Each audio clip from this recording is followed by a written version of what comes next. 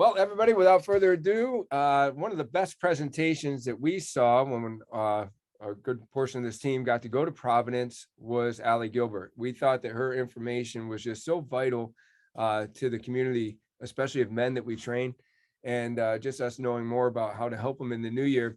We were so pumped about her presentation that we're like, we got to have her present that information again, not only just so we could be reminded and just take even better notes, but also so that those of you that were unable to, attend that conference are able to be here today and get that same information right from the source.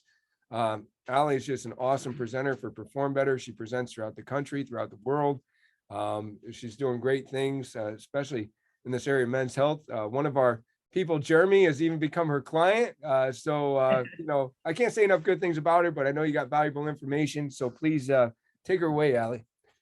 Awesome. Thank you so much, Travis. Yes, Travis was like, so can you talk on Monday, like literally 2 days later, because he was very excited. As am I about this. It's always fun to talk to a group about this. And basically my saying to everyone is there's no such thing as TMI in my world. So if you guys have any questions related to anything about boner health or men's health or anything like that, please do not hesitate.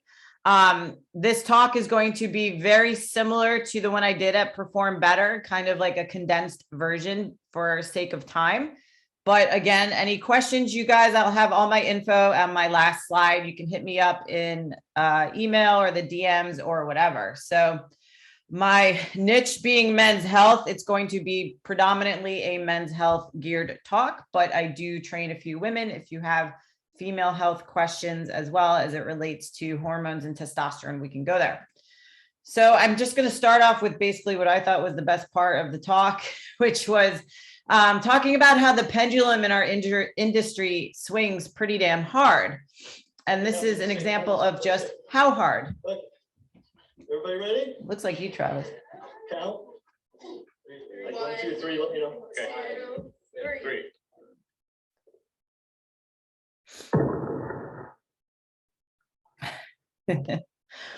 Perfect example of like when you have a live audience, everyone cringes. And thank you for the laugh effect. Oh God, in Providence, they're like, play it again. So I won't do that to you guys.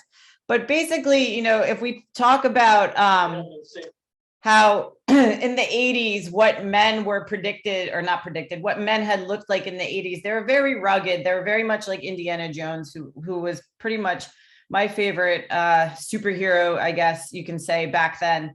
And this is what, men were thought to represent, is that ruggedness, the alpha, all of those types of character traits.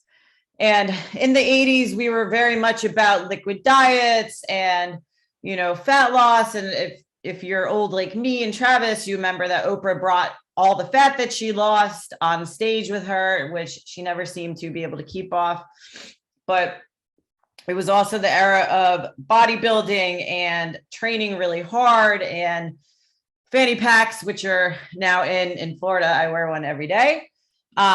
And then as we progressed to the 90s, it was all about low fat and low fat, fat-free, everything. And this is what we were taught growing up, and that fat was bad and cholesterol was bad, and that having high fat anything is going to be the death of us. And God forbid we don't live on things like Slim Fast and nutrition shakes like that and all. And then we started talking about corrective exercise and basically got into this whole let's evaluate everybody and determine how dysfunctional they are versus how about they just do hard things and train really hard. And it was also the best hip hop came out of the 90s. So for all my 80s and 90s kids, yes, I love Biggie.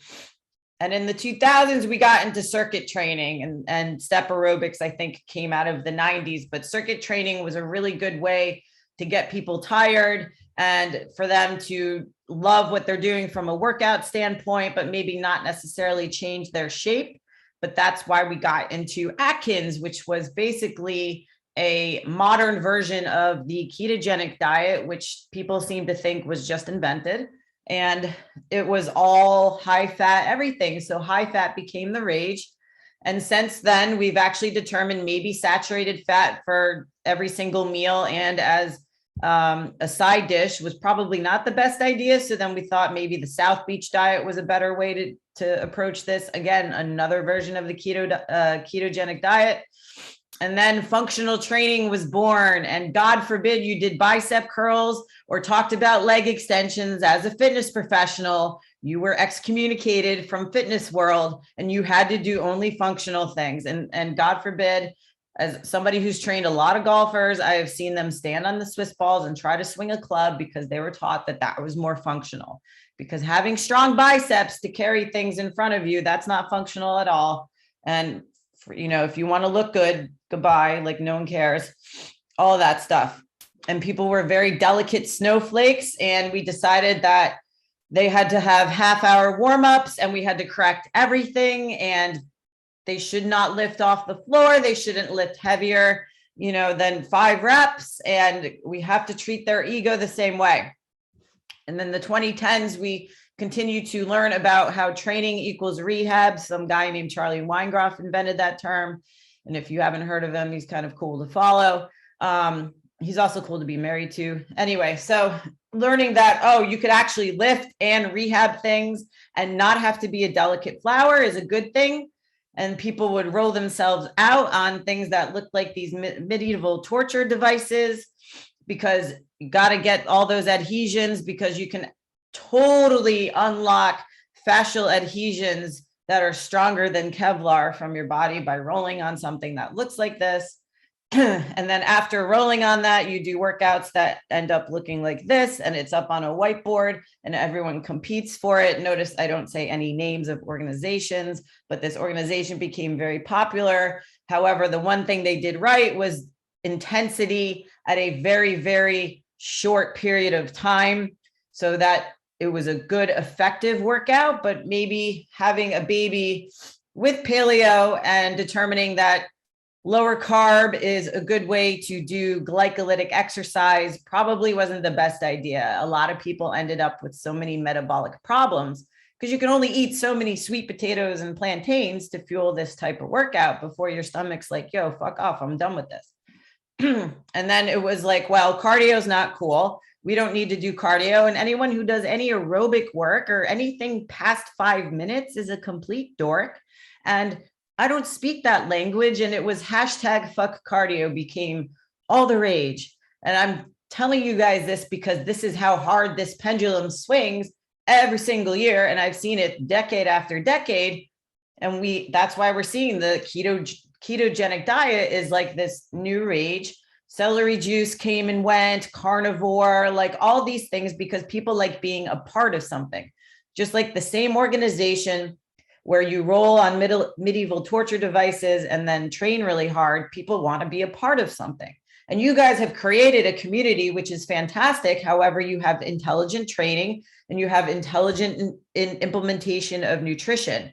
But this is the public, and this is what we deal with, especially with the new year, as this is perfect timing to help educate people as to what works best for them and not necessarily what works best for the label that they have for the diet that they want to follow.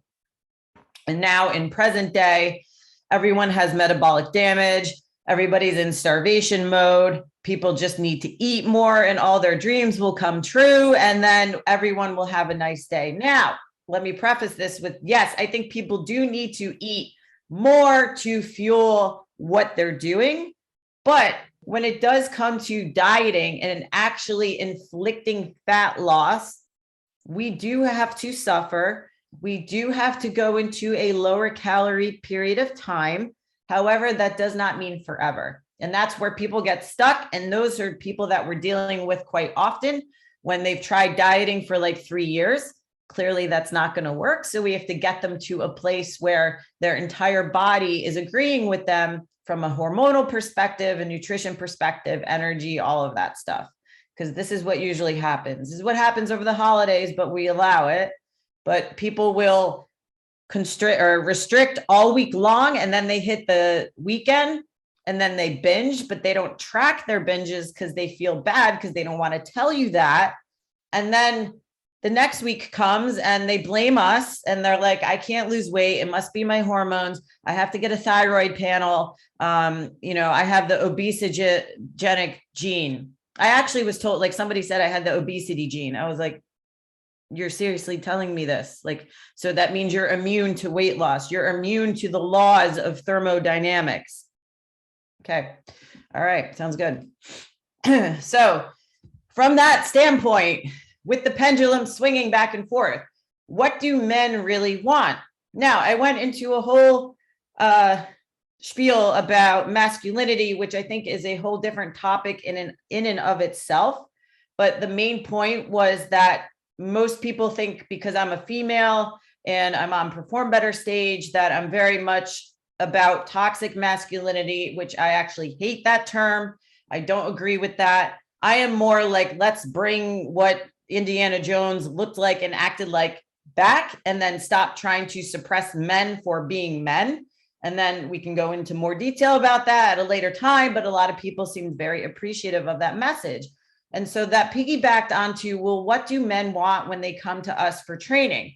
Because normally, thank you, Travis, normally, they will front for me, they'll say golf fitness, they'll say, I want to hit the ball farther, but that really means that they want their abs to show, or they want to be a better father, or, they want more energy, or they feel they might have low testosterone. They just don't know how to communicate that.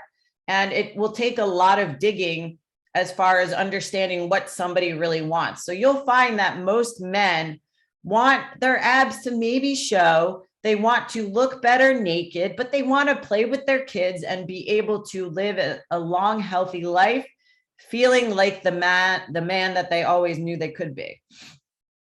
And so why is that difficult? Because sperm production has come lower than any decade ever, where it's decreased about 60% because of things like our sedentary lifestyle and plastics and endocrine disrupting chemicals, which are found in beauty products, moisturizers, hair gels, all that type of stuff. And this is very problematic and alarming because men are weaker than they used to be. If you guys get kids, like teenagers coming into your facilities, you probably notice they are not how you were as a teenager. They require a shit ton of stability. They are weak as fuck. There is a lot that has to be done to get them to a level where they can even handle their own body weight. Why is this? They're not playing outside like we used to. They're not actually engaging in activities that allow them to fight, that allow them to represent their male characteristic traits, which are not a bad thing, but we're making little boys feel like fighting and aggressiveness are bad things. And this is where that whole masculinity conversation comes about. You can absolutely be masculine if you are taking care of a child on your own. You can be masculine if you're showing respect to people. Like there's thousands of ways to be masculine. I don't think there's anything toxic about it. I think people are toxic and can be toxic no matter what sex that you were assigned or gender that you identify with. And so this is how kind of the modern man is looking compared to our ancestors and what they had looked like. And if you notice, they are built a lot different, a little bit more stocky, a little bit more built for the ancestral look. They kind of look like Liver King. If you guys follow him, he's kind of like funny online. But if you look at the 2040s, this is where men are predicted to be going as far as look. And this is obviously a way more feminized version of what men are looking like compared to what they did, in the 40s and the 50s and the 60s and stuff. And at Perform Better, I had started the talk comparing the 60s G.I. Joe to the modern G.I. Joe. And the funny thing is the 60s G.I. Joe looks more like the predicted modern version of guys. And the G.I. Joe from modern day is like this roided out, person that probably can't be achieved naturally nor normally because they've got like 26-inch biceps which Big Ramy, who won the Olympia, has like 24-inch biceps, and the world record's like 31. So it's a very false image that we have painted for young boys to try to achieve, especially as men are unable to achieve naturally just being born the same character traits that they were before because of all of these issues that are combating the production of sperm and the health of men.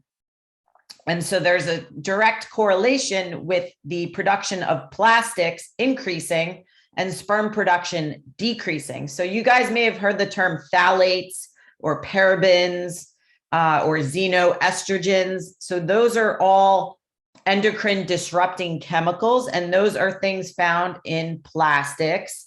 And if you think about when we start our life, we start in a hospital. If you're born in a hospital, you're tied up to tubes. Those are plastic. That might sound a little bit like, okay, Ali, like what the fuck am I supposed to do? I'm a zygote, I'm a fetus, like I can't control anything.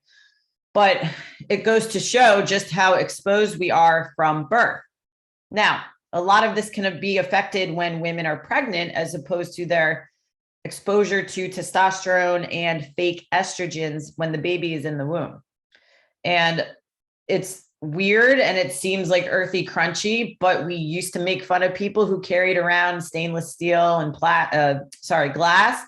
But if anything, if you can switch all your Tupperware from plastic to glass, do not heat up anything in plastic, it'll be a good day.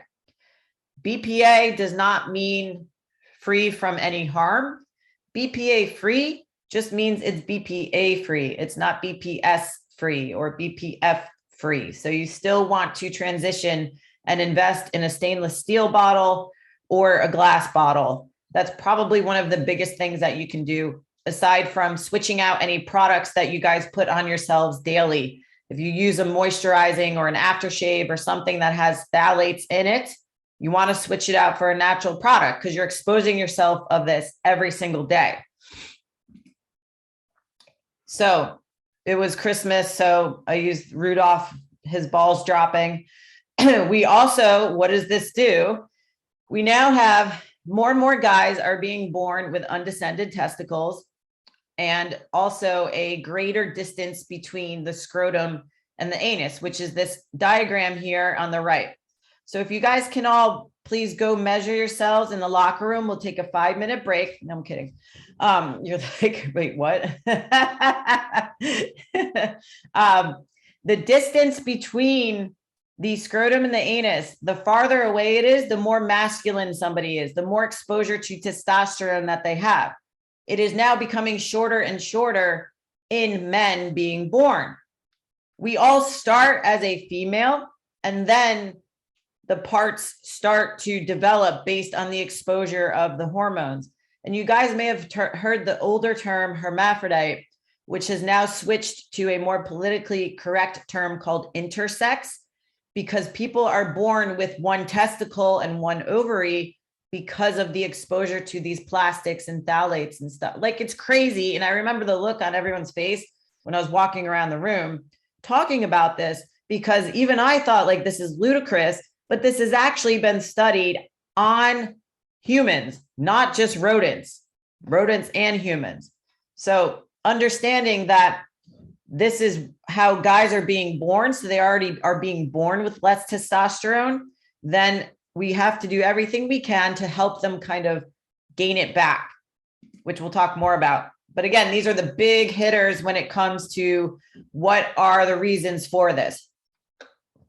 And the woman who led the landmark study on this went to University of Rochester. And I know you guys have Wegmans. We had Wegmans in, when I lived in Connecticut, it was like the best store ever, right?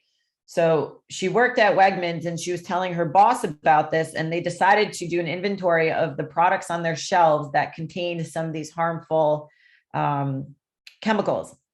Same with Home Depot. They won't sell carpets that contain the flame retardants that have the type of chemicals that cause these issues. And it's weird because you would think, okay, we would probably hear more about this, but we don't. We have other issues going on in the world. So understanding that exposure to these long-term, or even just a little bit, can affect you. We don't know how much. And the question is always like, well, what can I do about it? There really isn't anything we can do about it. So where you can literally become like Ben Greenfield and not have any Wi-Fi in your room and all of that stuff, we can just do what we can to decrease our exposure, which again, just starts with switching from plastic to glass and stainless steel. And then the products that you use on the daily, probably your best bet. But there's really no way that we can, as a society, avoid it until bigger decisions are made. And so if you want to read more about it, this is the book. Dr. Shauna Swan, she did the study in 2017 that was released that predicted men's fertility to go down so low that guys would be infertile by the year 2045, which hits harder in the 2020s because you're like, oh my God, that's like right around the corner. She was on Joe Rogan recently, so people know who she is a little bit, more now. And she's like such a sweetheart, and she talks about like the anogenital distance. She's like, yeah, it's like the taint or the gooch or whatever. And it's like the 75-year-old woman talking about that. She could be younger. I don't know. I don't want to offend her. So if you guys want to read more about it, this talks about fertility as a whole and both men and women, and how it's very, very crazy. And you read this book, you'll be like, oh my God. So testosterone in guys have been declining about 1% per year since 1982. So this is quite a long time. I was born in 81. I'm 40, and now we're entering 2022. So let's all do the math. That is a lot of percentage to be decreased since Travis and I were born in the early 80s, right?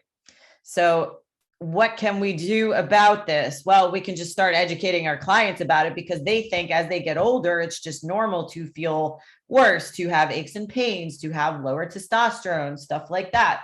It is the male hormone that encompasses all the characteristic traits that you guys are born with: the V taper, the big chest, the hair on the chest, on the back, or wherever.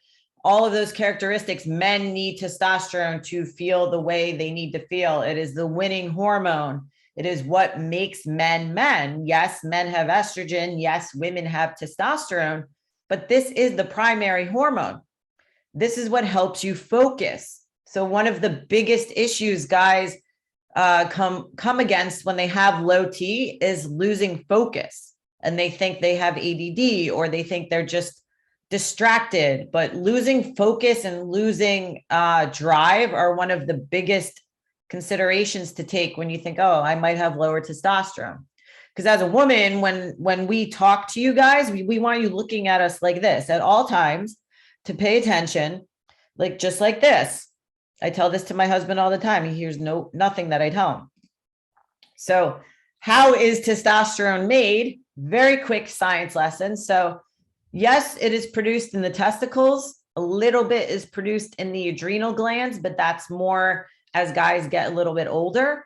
But there is a signal that is sent from the brain to your pituitary, which then talks to these two hormones, FSH and LH, in your testicles, saying, hey, produce testosterone. We need more of it. When a man is on testosterone replacement or any other anabolic, FSH and LH become very suppressed. So you can tell somebody's on testosterone or on a steroid or of some sort if these are extremely low or negative, because the body's like, well, I'm getting testosterone from an outside source. I don't need to produce it on my own. And so this is why the endogenous production will become a little bit or pretty suppressed when a guy takes exogenous testosterone. And your clients will say, well, if I go on testosterone, that means I stop producing my own. Yes, that is true. However, the testosterone they were likely producing is really not enough for them to feel as good as they need to feel. And what affects this is under eating, overeating, crash dieting, training too little, training too much, sleep deprivation, basically anything that seems like it can shake up the norm or the way the body's working can affect how testosterone is produced.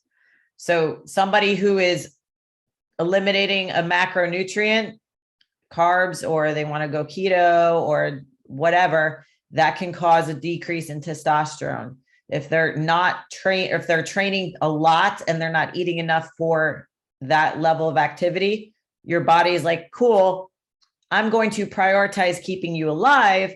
I don't think boners are really that, important right now. So we're not going to really produce testosterone, because procreation is kind of like on the low part of the list when it comes to keeping you alive, because your body doesn't know the difference between you just being a dick and not giving yourself enough food, or actually starving and being under massive stress. And so some of the main causes are going to be the lifestyle factors. Obesity, mainly the biggest one, alcohol intake, chronic alcohol intake. 1 or 2 here and there is not a big deal, but binge drinking or excessive alcohol intake is going to be a problem. Lack of sunlight. I know where you guys live, you're probably not getting the most sunlight. So investing in like red light lamps and stuff like that, they're super cheap on Amazon, or just getting outside. I know during the height of pandemic, when I was doing a lot of this stuff, you think of people who are now working at home, working from home, they don't go outside first thing in the morning. They don't have to go commute. So people were not seeing the sun until like, 4 p.m. or something. So if you can actually just get outside in the cold for 10 minutes, get some sunlight in the morning, it will help set your body's rhythm so that you can sleep a lot better and maintain very good testosterone levels and be happier too, because it does make us happy. And endocrine disrupting chemicals are going to be the big one that we were talking about before. And so these are kind of the biggest ones. Obesity probably is one of the bigger ones. And I think that's connected very much to lifestyle, because if we do have body fat to lose, that alone can increase testosterone levels. So you can actually see a pretty significant jump from somebody naturally if they have a lot of body fat. So that's a great motivating factor for people to get their body fat down. And then alcohol obviously is a discussion that you can have with your clients. Because again, it's not that it's so much something that's going to store fat right away. It just suppresses your body's ability to burn fat, because it is a toxic substance. Your body wants to get rid of it very quickly. So anything you eat with it, it's like, all right, hold on, I'm going to store you over here. I got to get rid of this because it's really toxic. I'm going to burn it off as energy because it gives me 7 calories per gram and it's really quick. Boom. And then anything you eat with it's kind of like on the back burner. So what I tell my clients, because I have guys who are going to drink because of work and just because they enjoy it. I tell them, if you're going to drink, number one, you have to understand it is not going to get you closer to your fat loss goals or muscle building goals, but you might either be status quo or it might detract from it. As long as they understand that, that's fine. Number two, if you go out to dinner and you want to have an alcoholic drink, do not have starch, have protein and vegetables. Why? Because for the reason I just said, it stores anything you eat with it. Alcohol has a very high thermic effect, meaning it requires a lot of energy to burn when you ingest. This is very similar to protein. Protein has a very high thermic effect. It requires your body energy to actually burn it off. So if we pair protein with alcohol, we can help mitigate the detriments from ingesting alcohol. That's the rule I give them. If they want dessert, choose dessert. Don't choose alcohol and dessert. Same with the starchy carbs. And so when talking about testosterone replacement with clients, because these are the things that are going to come up, a lot of people don't understand the difference between testosterone replacement and doing steroids. And I've heard many times they're like, well, I don't want to seem like I'm cheating. I want to do everything I can naturally. So that's fine. And I respect that. I absolutely think everybody should be able to do everything they can naturally. But again, that's only going to get them so far. Now, my opinion, my personal opinion, is that it will be inevitable for every man to end up on testosterone replacement at some point in their life. When is going to be individual. It depends on if they're done or if they still want to have kids, where they are in their life, if they feel different, if they've done everything they can from a lifestyle perspective, because it's not a panacea. If you just take testosterone, it doesn't make everything all of a sudden work. You still have to lift. You still have to do all the work in the gym. Like, it doesn't make everything easier. If anything, it helps you recover and sleep a lot better. And then that can help people be more motivated to do the work that is necessary. But they say they don't want to cheat. And basically the difference between testosterone and what bodybuilders do is in the dose. So the therapeutic levels of TRT, the high end is 400 milligrams a week. That is the legal limit a doctor can prescribe. Most guys are between 100 and 200 milligrams a week. Bodybuilder dose is pretty much anything beyond that. Most bodybuilders are taking between 600 and 900 milligrams of testosterone a week, probably more, in addition to other compounds. So it's similar to when women say, I don't want to lift and get bulky. Guys think they'll take TRT and explode into muscles. Okay, nice. I wish that would happen, because I have a lot of guys on TRT. None of them turned into Mr. Olympia overnight. I'm sure that they would love that. Some of them don't. Like Sawyer says this all the time. It's like being afraid you're going to be a race car driver because you know how to drive your car now. Exactly. I wish that would happen to me because I like fast cars. So that argument has been refuted. So we can tell them that that's not going to happen to them. Anything that is scary regarding cancer, prostate cancer, heart attacks, all of that stuff has been completely upended and refuted. I have physicians that I work with who have talked about this at length. It is not a concern. And their friends and family from a social aspect will think they're doing steroids. This is a big one, because guys say to me, well, my wife is still on me about it. And I'm like, okay, well then have her talk to me, or I can set her up with somebody from the medical profession that she can talk to. So there's a lot of stigmas surrounding it. You don't hear any of this when it comes to women and hormone replacement. It's only with the men. I don't know why, but it's because of things like this. And I tell guys, listen, it's like if you're taking thyroid hormone, like you're not producing enough for you to function optimally. You are now not producing something that is allowing you to function optimally as a man. So if you want to feel like you did when you were a teenager, this is the best way to do that. And yes, this is a commitment for a lifetime. Once you're on testosterone, you really don't come off. But when you feel the way you do, you really aren't going to want to. So that is another concern. And there's going to be a lot of questions, and there's absolutely every reason that you can talk to people about this. You can also encourage them to talk to their doctor. Again, depending on which type of doctor, they may not have the best luck. Some doctors still think it will cause cancer and heart attacks.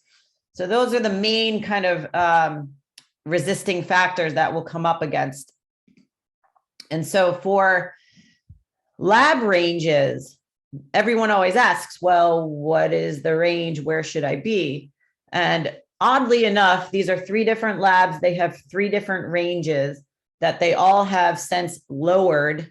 And I put the year that they lowered the range, because more and more guys have lower and lower levels. So I consider optimal to be 500 or above.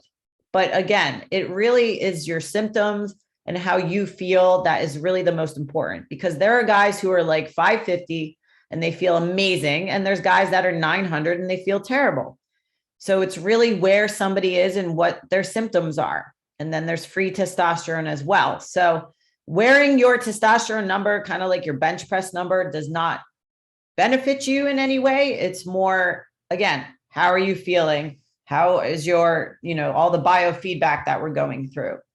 But I would say 500 or above, and then free testosterone, it depends on the lab as to the way they measure it, but usually over 30. And many guys will seem like they're depressed. Many doctors will give antidepressants instead, because testosterone being low can come across as being depression. And so can we increase it naturally? That's always going to be the biggest question. And I will always say that the most impactful is a lifestyle change, because yes, you can increase it naturally. Will it stay up Probably not. Will it be very dramatic? Probably not. But the answer is yes, you can increase it. These are not the way to increase it. None of these work. These are all bullshit. It's a very expensive way to group herbs together and sell them. I don't care if Frank Thomas that claims he uses that, he doesn't. So when it comes to erectile issues, these are going to be some of the conversations you may or may not have. I have this conversation a lot because people know what they're getting into. So I pretty much normalize boner talk, and I tell guys like outright, if the stiffest thing when you wake up is your back, we might have a problem. So we have to have a discussion as to what is going on, because libido and erection are two different things. The ability to achieve a hard erection and maintain that erection is not only related to testosterone, it can be so many different things. And if there's one thing I want to hit home at all, it's that no matter what age you are, you can have issues with erections. Lots of guys in their 20s and 30s experience this, and they're shy about it because they don't think it's normal, which it isn't, but it is common. And I threw this in because people like this slide because it's how to pee with morning wood. And again, if you don't have morning wood and you used to have morning wood, then that could be indicative of something stressful going on or some hormone issues. But if you never had morning wood, you're usually getting at least 7 erections throughout the night. So if you want, you can kind of monitor that on video, whatever you want to do. You have to send it to me, send it to Jeremy, but you can figure out if you're having them or not. And the easiest way to remember how to achieve an erection and ejaculation is by point and shoot. So you guys are familiar with parasympathetic and sympathetic nervous system. To achieve erection, you have to be parasympathetic. If you are in the middle of a 3RM squat, you are mid-rep coming up, and someone walks in front of you naked, and you're supposed to switch gears and achieve a rock hard boner mid-rep. That's exactly what happens to your body when it's under stress. It is very difficult to switch gears, but if you're sitting relaxed and that happens, it's a lot easier. Ejaculation, you have to be sympathetic. You've got to be like go in and all of a sudden like your fight or flight. That is the difference. Not everybody can shift in and out because most people are fight or flight all day long, which does not allow them to maintain their erection. And it can be your brain, which is stress or perceived stress. It can be blood flow, which is vascular, which you may want to see a urologist about, or it can be biochemical, which is going to be hormone related. But more often than not, erection issues are because of stress and perceived stress by the body. More guys dealt with erectile issues in 2020 than I had ever talked to in my life. And a lot of them questioned their TRT protocols and everything because they weren't sure what was going on, when in fact, it was the fact we're starting a pandemic and everyone was stressed and all that stuff. And so when it comes to testosterone replacement and the different types, just a brief overview, the best kind is going to be injection. Second best will be cream that is applied on the scrotum. So they have gels, they've got pellets, they've got nasal sprays, they've got all these different delivery methods, because testosterone is a hormone which you cannot patent. So coming up with different delivery methods to capitalize on a monetary aspect has been all the rage. So I would say encourage somebody to look into injections if their doctor tells them otherwise or pushes them towards pellets or any other method. Again, in my mind, that's suboptimal. Pellets are very hard to determine the actual dosage because it's a Tic Tac size thing that gets inserted in your glute and it releases whatever dosage. Not every guy responds the best to it. So injection, at least you can change the dosage whenever you want. Creams are for guys who don't love needles, who maybe feel better on cream. Either one can be really good. Anything else in my mind is trash. And so you want to be able to vet your doctor when you talk to them. You're not going to get insurance to pay for testosterone replacement. So I need you guys to encourage your clients to look elsewhere. New York State is probably the hardest state to get lab work done. So if you can find an anti-aging specialist or somebody who deals with hormone replacement all the time, that's going to be your best bet. Going through a GP, they don't know what they're doing. You want someone who does hormone replacement therapy as their main specialty. So insurance does not care about feeling better. Insurance cares if you're sick and wants to keep you sick. And there's a lot of politics and ethics with that. So it's best to look outside and go out of pocket for this.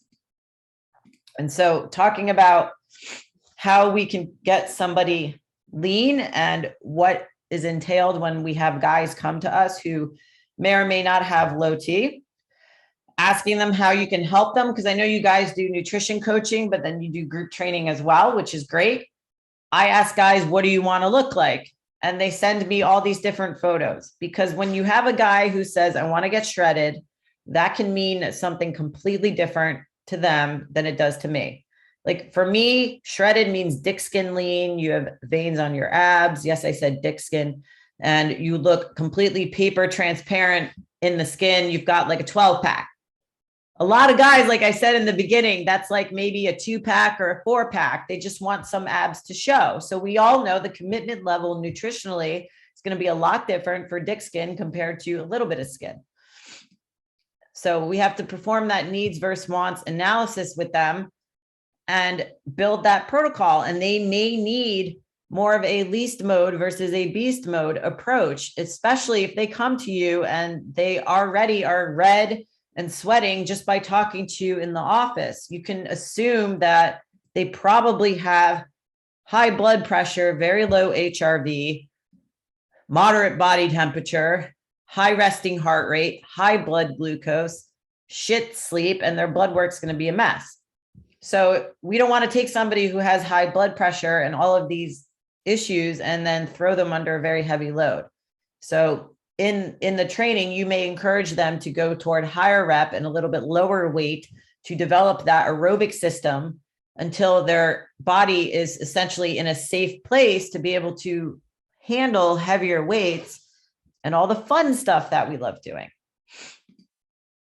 And so the typical fat loss and muscle building plan, like for us as meatheads, muscle building means like bulk a shit ton and then have to crash diet all of it off, when we can actually take a long time to get people to recomposition, feed them enough, but don't necessarily put them in a surplus, and have them slowly drop some body fat and hold on or even increase their muscle. And the scale will not fluctuate that much, which is fine, but they will look completely different compared to a typical fat loss plan, especially now in the new year. It's cut calories, add cardio, cut more calories, add more cardio, and, train 4 days a week, but then maybe we have to train longer and then add more HIIT onto that on top of the cardio. And when nothing works, we keep cutting calories and adding cardio. And that's a miserable way to live. I usually front load people with more aerobic style training, even if they don't know they're actually doing it, keeping the reps high, keeping the rest periods moderate, encouraging them to push hard, but again, they're not going to overtax themselves. So where their nervous system's like, what is going on? And basically the biochemistry, when we all learned what the mitochondria was in biology class, I encourage you guys to get Biochemistry for Dummies. It's one of the best books that I've read, talking about what the mitochondria does and glycolysis and all this stuff, because this is crucial to understand. If somebody thinks they can't eat carbs because they get fat, there might be some truth to that. It doesn't mean that they're actually fat. It's just their body is a constant state of stress. So as they're sitting, they are stressed out. So you guys all watching me should be burning fat. We should be burning 70% fat, 30% carbs. A lot of our clients are the opposite because they're so stressed out. They're just burning through their carbs all day. So what happens is that they don't have healthy mitochondria. They don't have a way that they can actually utilize the fatty acids and carbs that they're eating. So then this backup happens and they become insulin resistant, and then they make themselves, in essence, a little bit fatter. So I will start people on a lower carb diet normally, not to feed into what they claim they think is best. Low carb does not mean no carb, but let's take away some of the stress on the body that they can handle less carbs, start getting their mitochondria working correctly. The best way to build mitochondria is to do aerobic training. Because remember, we all went the pendulum, fuck cardio, we don't need it. Well, kind of actually need aerobic work. So then we can have more mitochondria to have more places to put carbs and fats so that we can work better. And then we get them working more optimally from a physiological standpoint. And then the rest is a lot easier. They start dropping fat. They feel a lot better. They don't feel like they're blowing up eating carbohydrates because they have all this excess water they don't know where to put. So obviously a very complicated topic we can get more into, but important to know how the body works and how glycolysis works and why it can cause issues for people. I've hammered this home. I used to show this slide and be like, yeah, you don't want to look like the guy on the left. You want to look like the guy on the right. And if you sprint, you will. Okay, I've been sprinting my whole life. I am not looking anything like the guy on the right. So clearly people will look like the sport they play. The guy on the left is really good at what he does because he was built for it. Same with the guy on the right. That's why wrestlers look like they wrestle. That's why if you're tall, usually you'll gravitate towards basketball. So that whole concept of cardio making people fat and weak has to go. Aerobics will not make you weak. It will not take away your gains. I have not taken anyone's gains away, nor do I plan on it by having my guys do aerobic training because they don't always know they're doing aerobic training. But this, again, there's no fat, there's no weakness here. We can increase your red blood cells. We can increase your ability to recover in between training and in between sets. We can allow you to eat more. Yes, I know The Rock is on steroids, blah, blah, blah, whatever. Still, if you get more aerobically fit and you can recover better and sleep better, I don't know how that's not a win-win. You're not going to lose your gains, I promise. I love cars and fast trucks. And this truck on the right is like a $300,000 Rizvani tank, and it goes 0 to 60 in like 2 seconds. You don't want to be a Prius. You want to be a Rizvani. You want to burn through fuel as quickly as you can. So we don't want an efficient metabolism. We want a flexible one that runs through fuel that we're constantly having to feed. So how do we get that? We get people eating protein. Number one thing you find, I'm sure, with clients, they don't eat enough protein. And they freak out at the level of protein you give them. And they're like, oh my God, I can't eat that much. And it's really just like one protein shake away from hitting their goal. They have to get over this. Obviously, you're not going to take somebody from 50 grams to 150 overnight. They'll have to work up to it. But when all else fails, if they're hungry, eat protein. If they haven't hit their numbers, get them to hit their protein number first. Because the thermic effect in protein is the highest. And the process it takes for your body to take protein and turn it into body fat is so expensive and so difficult. It is so unlikely. You are better off overeating protein than any other macronutrient because it is very unlikely to be stored as body fat. If you change one thing in a person's nutrition plan and increase the protein, they do see results. And they do feel different. It makes them more full. They can't eat other crap instead. So get them to eat at least 1 gram per pound of body weight. If they are obese, it's going to be a little bit less. But I have people consuming well beyond that. I am 5'3". I am under 130 pounds, and I have eaten up to 200 grams a day, all the way down to my body weight. So I fluctuate back and forth, but when I have been eating 200 grams, my guys will be like, oh my God, that's so much. But it's not. If you enjoy protein and you like it, jack it up. If somebody's dieting, they're going to need higher protein. If somebody's older, they're going to need higher protein. If they're on a very high carb diet, carbs are protein sparing, they don't need as much. But most people need more than they're eating right now. I can guarantee you that. And so with training, the proof is going to be in the dosage and the poison. So volume will always be king. Sets, reps, tension, and intensity are the other factors. So in a group training environment, you guys have the ability to encourage people to train hard. And the fact that they're in a group setting, they're going to be motivated by people around them. But still, people in general do not train very hard. And that whole reps and reserve approach, it's great for fitness professionals because we know how to go to failure. A lot of our clients have like a reps and reserve of like 15. Like if you tell somebody to go 8 to 10 reps, they will stop at 10, even though they have 10 more in them because they don't know how to pick a weight, number one, or number two, as soon as it gets hard, they stop. Teach your clients to go to failure, and then it will help them choose the appropriate weight for what you are giving them, whether it's timed sets or it's reps. This will help them to train harder. If that's one of the missing factors is the training intensity, they can make amazing changes just by dialing it up a little bit. Even my guys, when I have people film their lifts on True Coach, I go and critique it and I tell them, okay, I do the same weight as you on this lift. We can go a little higher. But more often than not, they know this in the back of their mind. They're like, yeah, I can go harder. Because if they're training by themselves, it's a lot more difficult. But the group environment, take advantage of that. Point out people in the class that are lifting more than others, and then that will motivate them. Because most people can train a lot harder. I don't know why this like softness has occurred lately in the past decade, but they can always go a little bit harder than they're going. They will train often, but they won't usually train super hard.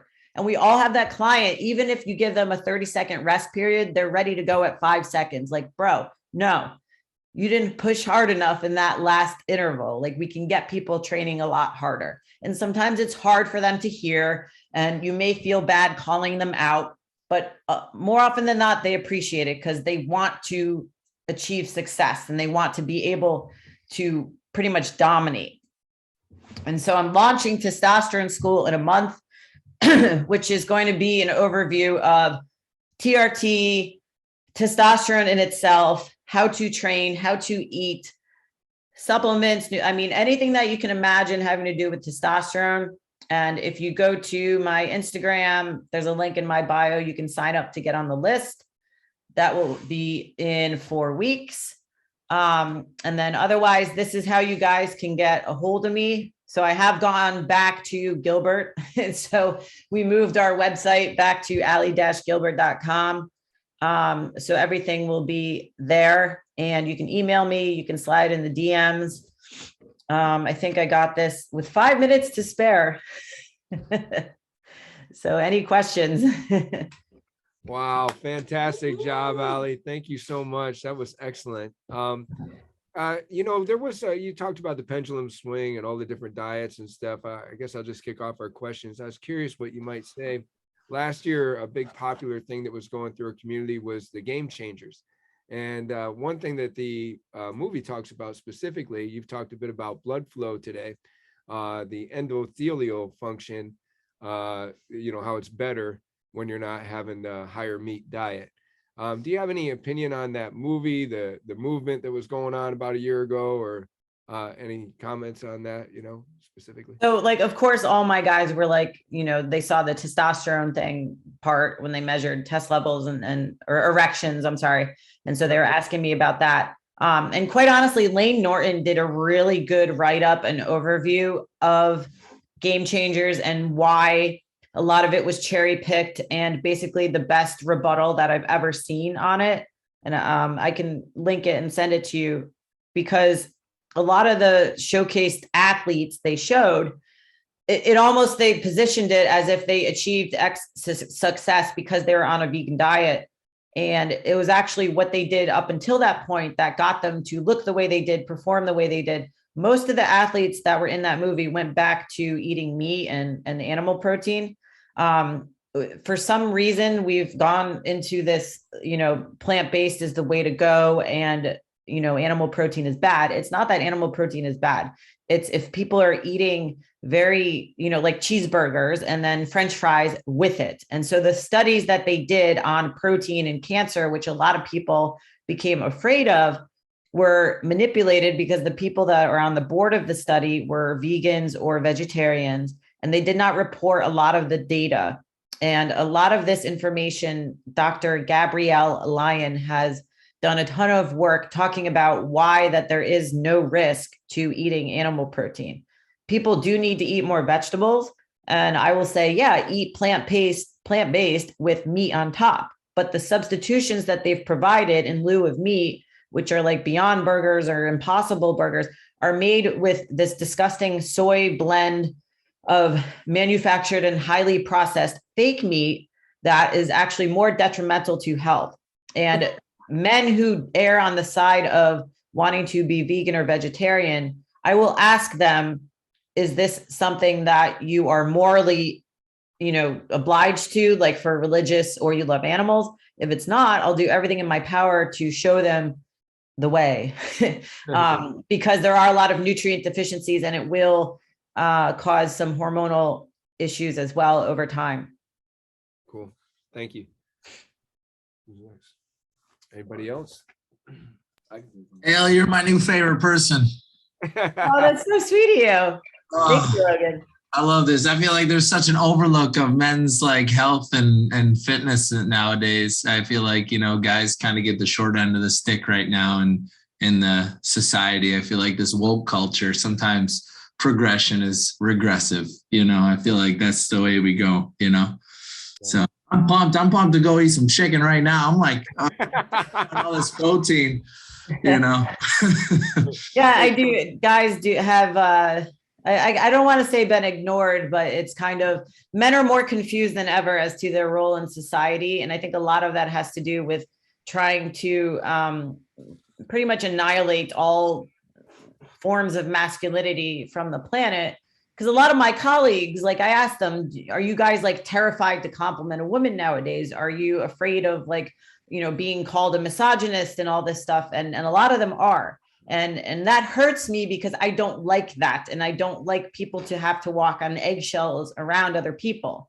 And I think the fact that, being in the position that I'm in allows me to talk about it in a positive aspect, because I'm not hating on women. I'm actually saying we can all be equals.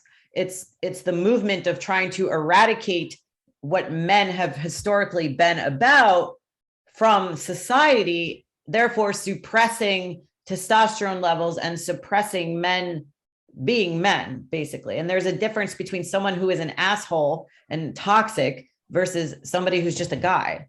So women can be toxic, women can be assholes, anybody can be. So, the fact that now men have lower testosterone levels than ever, and we're telling them not to be guys, is just driving those test levels down even more. So yeah, thank you, Ali. That's one thing I'm very excited about, is we've done everything to help our women, but now we have some very important information. I hope we can start being more help to our men as well. What were you going to say, Jordan? I was actually gonna, as long as we're done with that, I didn't want to block anyone out, but I wanted to ask a little bit more about diet, because I know we had mentioned one issue, especially about fad diets, is that you're on them for a certain period of time and then you tend to gain weight back. I was talking to somebody actually today that was experiencing that issue.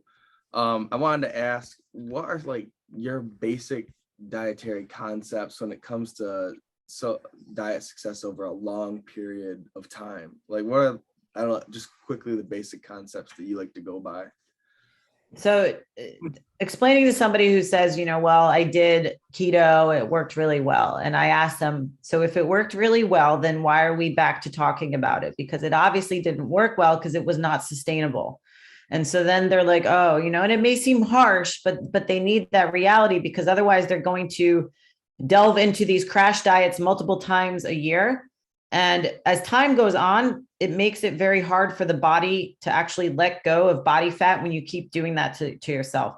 So the slower that you lose it, the more likely you are to keep it off. And I'll tell people, you can starve anybody. I can mess up your physiology tomorrow. Anyone can do that for you. However, if you lose it once the right way, you lose it forever. And then you keep it off. And now people freak out at the scale, but then you have to educate them why the scale is a very poor form of reliability as one tool. Go by how your clothes fit, go by what you look like in the mirror. And the leaner you are, so people who are smaller, who want to lose 5 to 10 pounds, the slower you have to go, because it's a lot harder and it takes a lot more time. But again, you keep it off because you can lose weight quickly. You can't gain muscle very quickly. And to do both at the same time, it's possible when you're not just a newbie and you're not on steroids. You can actually gain muscle in a deficit if you keep protein high. So I would say if you keep protein high, automatically that is going to help somebody. Now, the scale will probably go up right away because they're eating more food. And I tell them, if you stand on the scale right now and I hand you an apple, you're going to weigh more holding the apple because you have more food in your hand. You're going to be eating more overall, which means more poop in your body, which means more water is going to be held. I don't care if the scale goes up. I care what you look like. I don't care about your before and after picture from 3 weeks. I care about your before and your after picture a year from now, because that is true. That's impressive to me if you can keep it off for a year.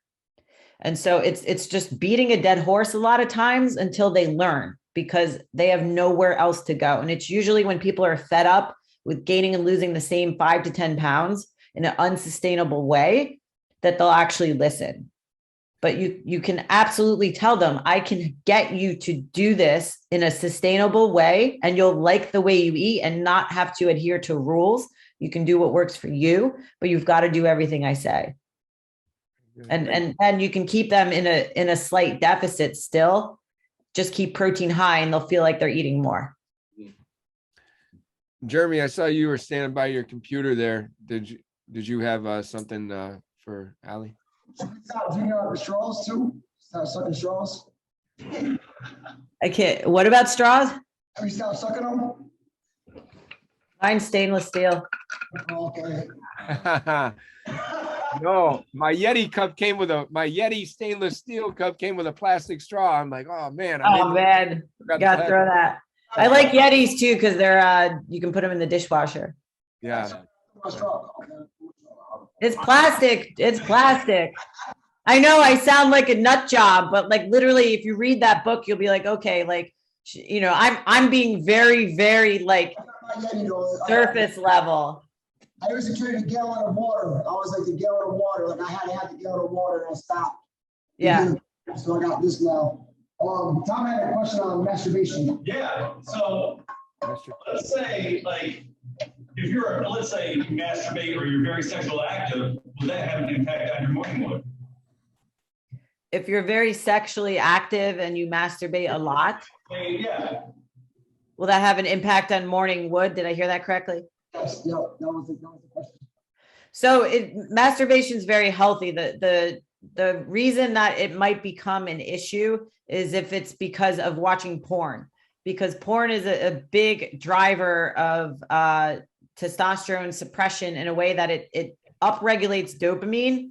And this is more of a problem for a lot of teenage boys who don't understand what real sex is. But if there's a lot of excessive porn, then it's a lot of dopamine hits. So it's almost like if you're getting 1,000 likes on a post, like every single day, like you're like, oh, dopamine hit.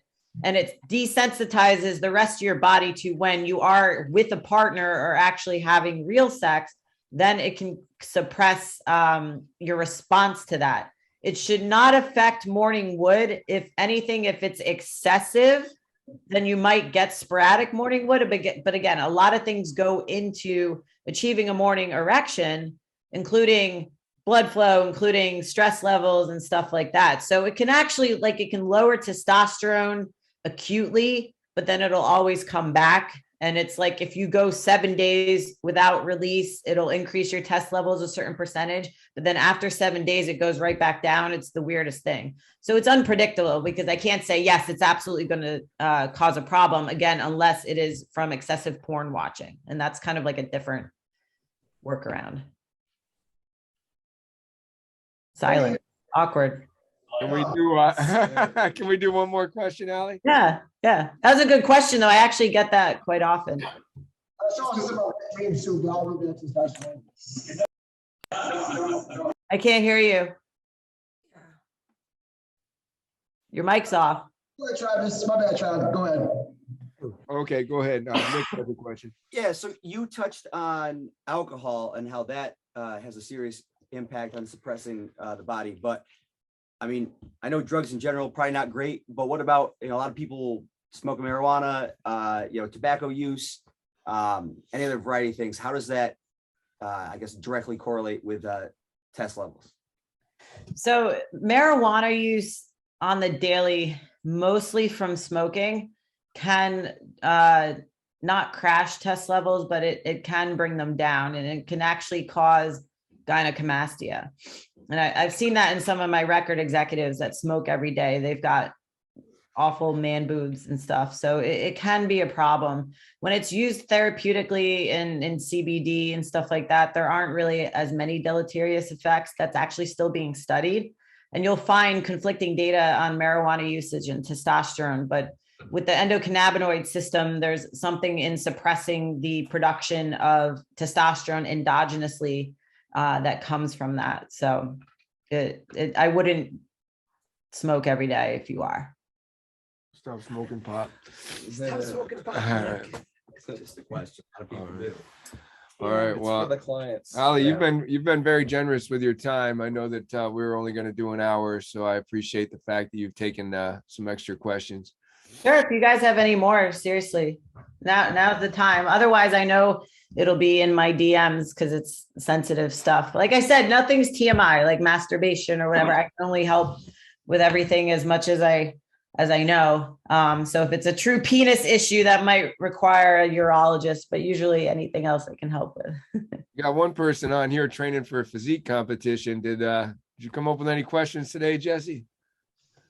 No, the only thing I was going to say to Ali is just that I really appreciate her time. I absolutely agree with everything she was saying. I was trying to think of a question that maybe she hadn't already answered, but really, I'm just like a lot of people that I listen to have touched on a lot of the same topics, and I think you've done just an outstanding job going over everything, explaining, and really what I love is how blunt you are about things, because that's how I feel people would be about it.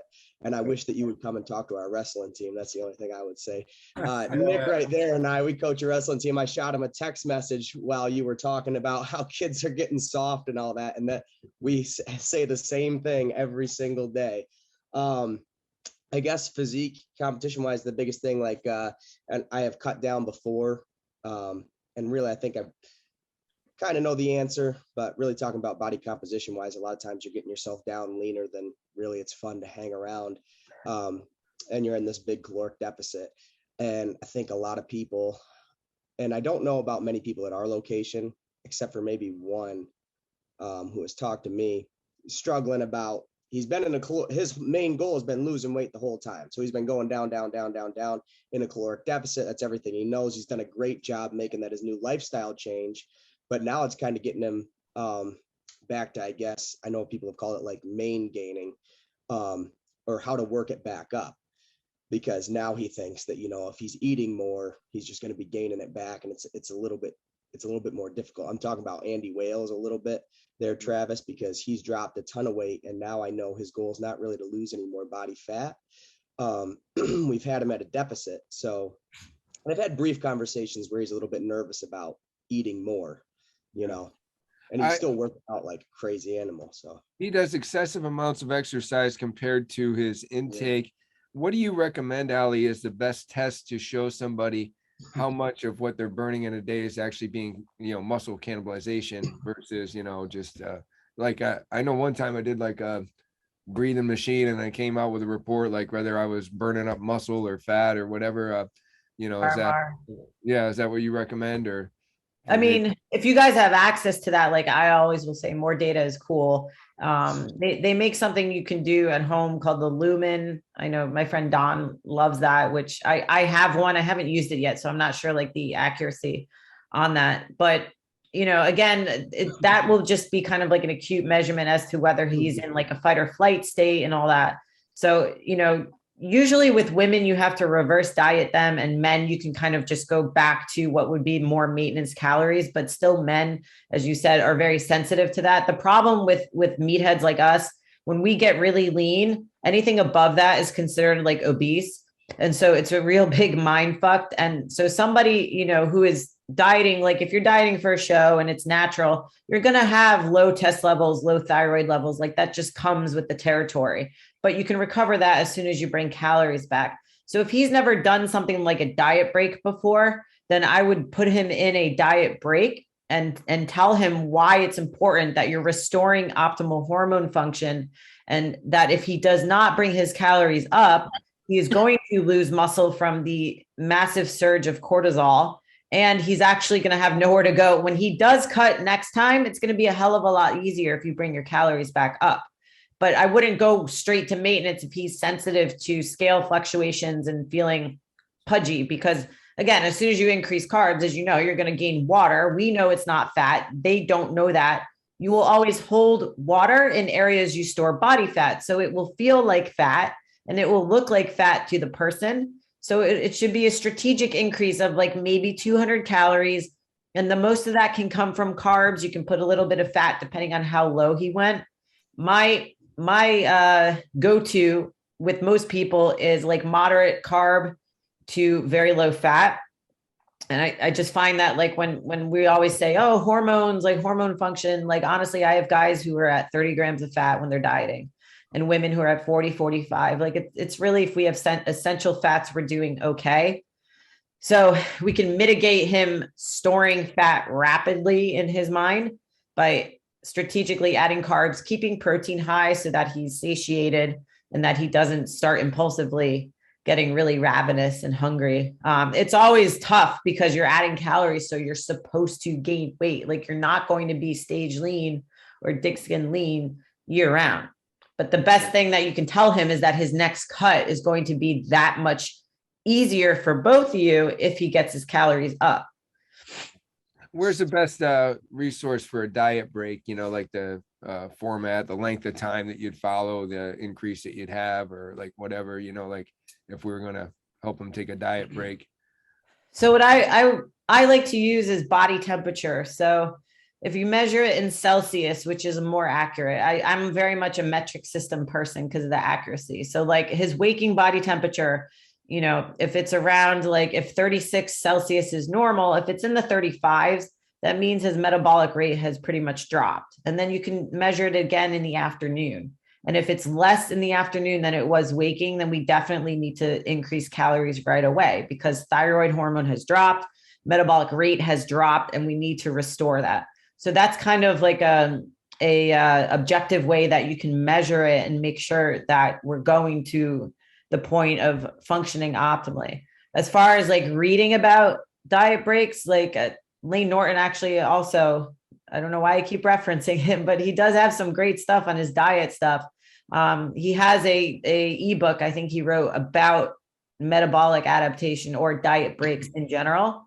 But a good rule is that like if you add 200 calories at a time and it's mostly in the form of carbohydrates are going to help restore thyroid hormone function and then get people feeling better. So if people start feeling better because they're eating more, then the intensity of their training will go up and they'll actually work harder and they'll walk around. But if somebody's like not fidgeting, not walking around as much, just overall lethargic and everything, you can pretty much guess that they're operating at a much lower level than they were before. And it's time to add calories in. And other signs of needing a diet break: not wanting to train, like really not wanting to train, like no motivation whatsoever, sleep disruption, sleep getting all fucked up, insomnia, night sweats, being cold all the time. I know it's winter there. And then just an overall malaised feeling.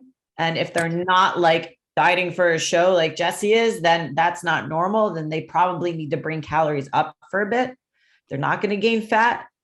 You can explain to them what they'd actually have to eat to gain fat, and then you can bring calories back down, but they're going to feel better.